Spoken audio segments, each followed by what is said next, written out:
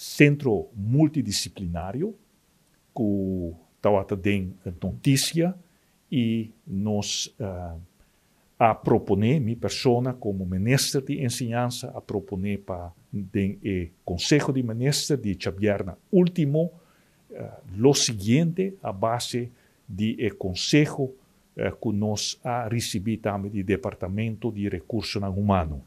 Algum tempo passado, me pedi experto de organização para evaluar o centro multidisciplinário e o Conselho de Expertos aqui que está combinando para iniciar processo de independização do centro multidisciplinário, assim independente de ministro, independente de política. Mesmo que na Bonaire também tem o centro de expertise, está caibo de stichting, manejar para profissional dentro do ramo.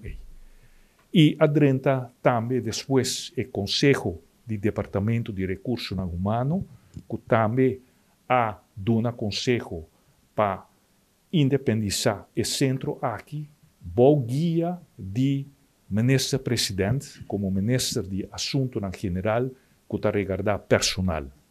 E pensei, Chabierna último, me a proponer para start o processo aqui de independização e para cair boa de carteira de ministro-presidente.